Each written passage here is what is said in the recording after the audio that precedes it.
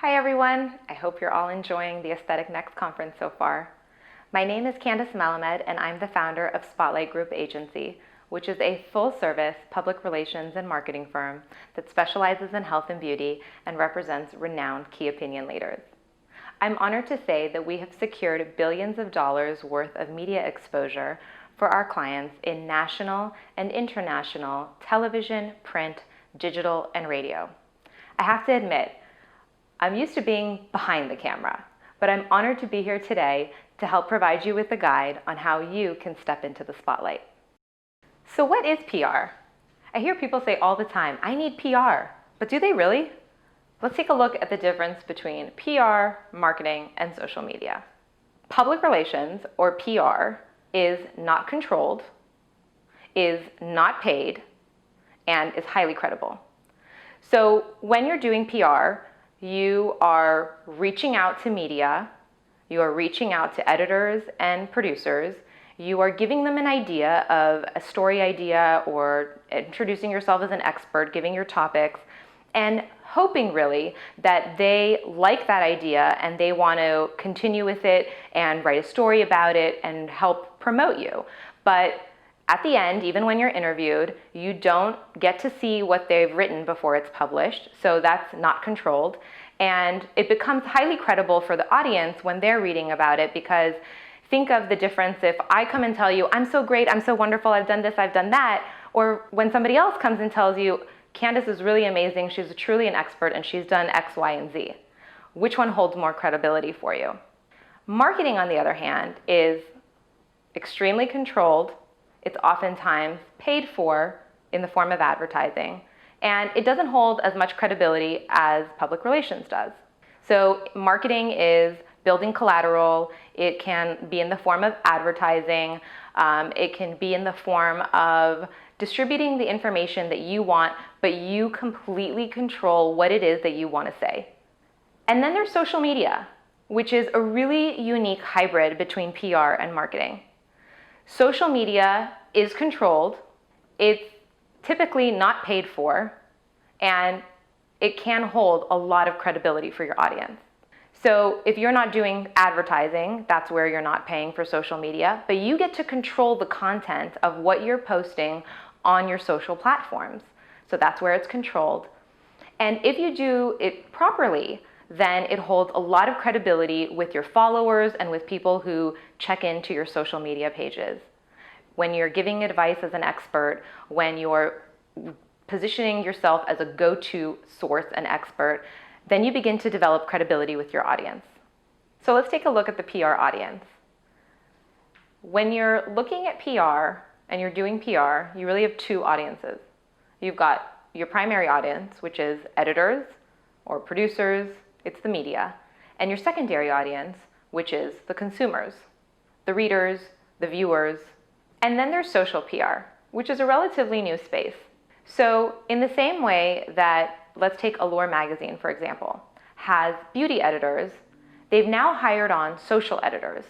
So these are the editors responsible for continuously putting out content on Allure's Instagram channel, on their Snapchat or their Facebook channel.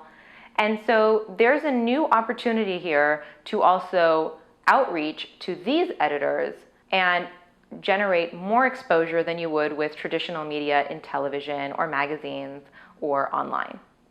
Before you go down the road of PR, you need to know how to position yourself. And first things first, know your brand. Know what it is that makes you stand out from the rest, what it is that makes you unique, that you have to say and why people should listen. Develop your clear messaging on what that is so that you're not all over the place when you're talking to media. Write a short little bio on yourself that captures your accomplishments in a few sentences of a mini paragraph. And your social media presence. Get on it. There's a difference between your website and your social media presence, and here's why it's important. Once you start pitching media, they'll go to your website to find out what you do, your list of services, your injectables, treatments you perform. But they'll go to your social media platforms to find out who you are, your voice. What's your voice? What do you talk about? How is it personal? Your social media platform tells people a little more about you and helps to build that connection to you. And it's important to have this before you begin pitching media, because one of the first places they will look is your website and then your social media. Many of you might be familiar with Dr. Ava Shamban. She's a renowned celebrity cosmetic dermatologist, but when she started out, she was Harvard educated. She had participated in research studies with major brands and well-known injectables and lasers. She had to start with Extreme Makeover. She used that as a launching pad and began to expand her media presence, working with television producers and assuring them that she could deliver fast results, as in makeover results, for patients, whether we did them live on camera or whether they were treatments done and taped and then aired on the show. Bernice Cohen came to us as a highly respected trainer and aesthetic injector, but she didn't quite have a platform. So we helped brand her as the master injector. Developing her website was all about the services that she provides, but her social media was really her differentiator. Her social media, however, gave her the platform to show how many training sessions she was doing, to really give her audience a behind-the-scenes look into what goes into all the work that she does, and gave her a platform to express herself and show more of her personality. Here's a great example of a mini bio. I talked about this earlier and what you need to do before reaching out to media. Dr. Robert Huizinga is a renowned celebrity internist, and his mini bio just captures the essence and the highlights of his work. It goes a little into his education, it talks about the books he's written, and some of his appearances. And this little bio just sums it up for media. It's a quick snippet without sending a long CV or a long bio for them to read. Okay, so now the part you've all been waiting for. You've built your tools, you've got everything in place. Now how do you get the media attention?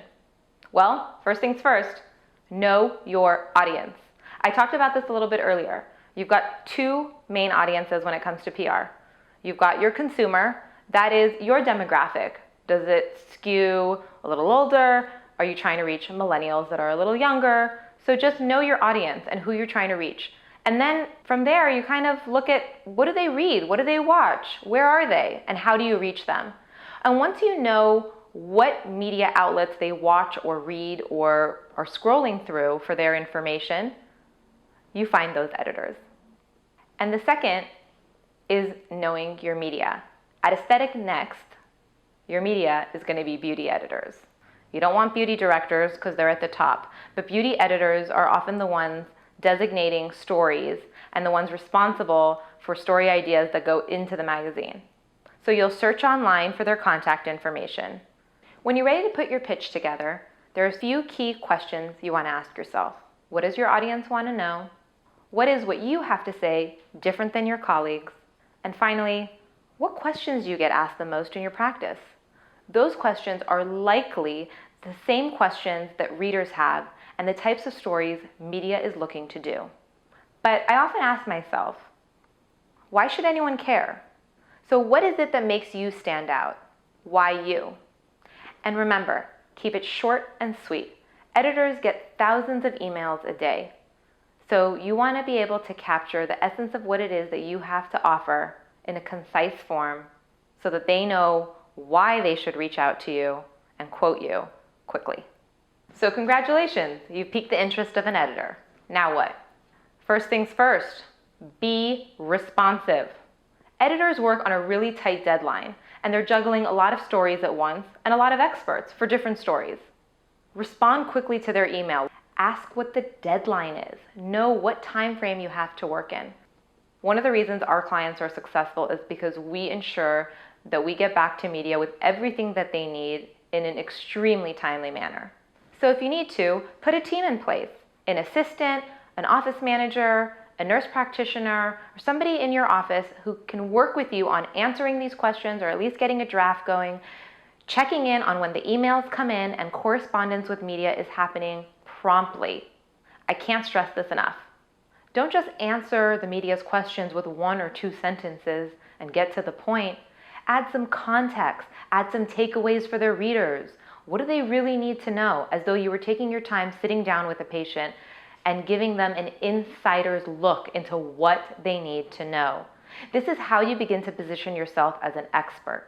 Not everything you say is going to be used by the writer in the final article, but providing them with content, good content, allows them to use what you have to say in multiple places, rather than finding one quote that they can pull into their article.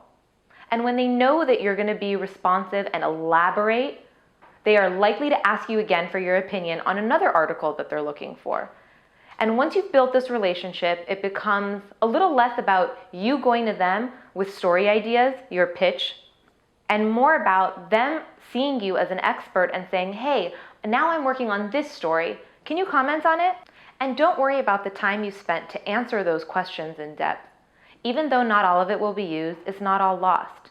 You can take that content and recycle it into your social media and provide value to your audience in pieces.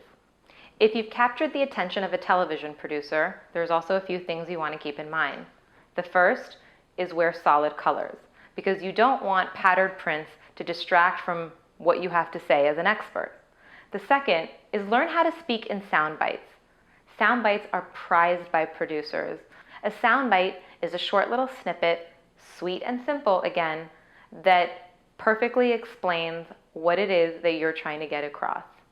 If you'll be speaking about a device or product, definitely be sure to reach out to the company, because more often than not, they have an entire PR team that they could potentially throw behind you and help get you in front of media, but also because they've developed some key message points and you'll want to stay on message when talking about them.